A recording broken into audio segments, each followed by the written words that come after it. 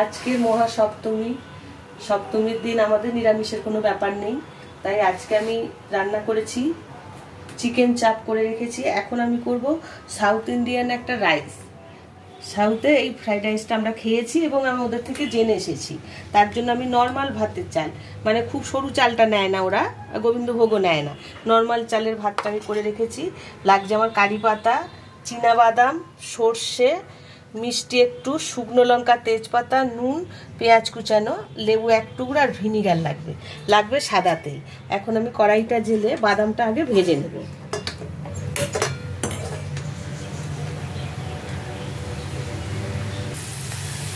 বাদামগুলো ভাজা হয়ে গেছে, এখন আমি সব তুলে নেব। বাদাম ভাজাটা,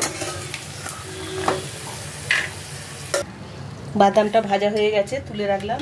এখন আমি তেলটা গরম আছে, এর মধ্যে দেবো অনেকটা সর্ষে ফোড়ন আর দেবো শুকনো লঙ্কা। এটা পুরোটাই কিন্তু সাদা তেলে হবে, রাইস অয়েল বা যে যা খুশি।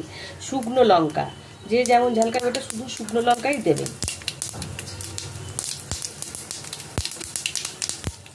সর্ষে একটু ফাটে। এখন আমি পেঁয়াজ কুচানোগুলো সব দিয়ে দেবো।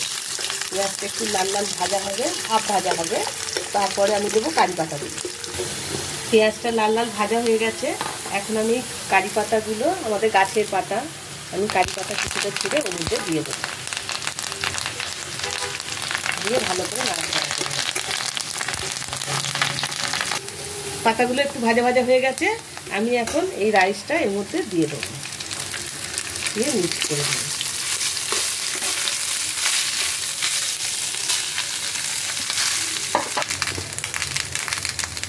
সামান্য নুন দেবো, আন্দাজ মতো দেবো, 1 চামচ চিনি, আর দেবো 1/2 চামচ ভিনিগার।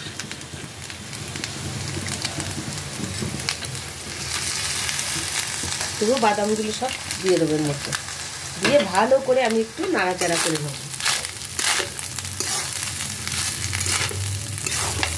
ওটি হয়ে গেছে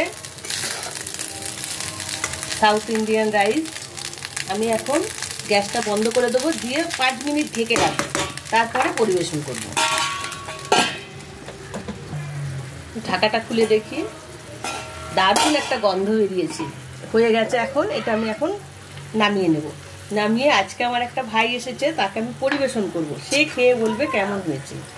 আমি পুরোটা নামিয়ে নেব। এখন রাইসটা রেডি হয়ে গেছে, আমি থালায় বেড়ে দিয়েছি। এখন নীল খেয়ে বলবে এটা কেমন হয়েছে। আজকে আমি নীলকে পেয়েছি, নীল খেয়ে এটা বলবে কেমন হয়েছে। চিকেন চাপ আর হচ্ছে সাউথ ইন্ডিয়ান রাইস। হ্যাঁ, শুরু করো। নীল খেয়ে বলবে ওটা কেমন হয়েছে।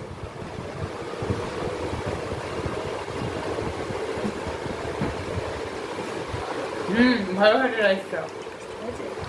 চিকেনটা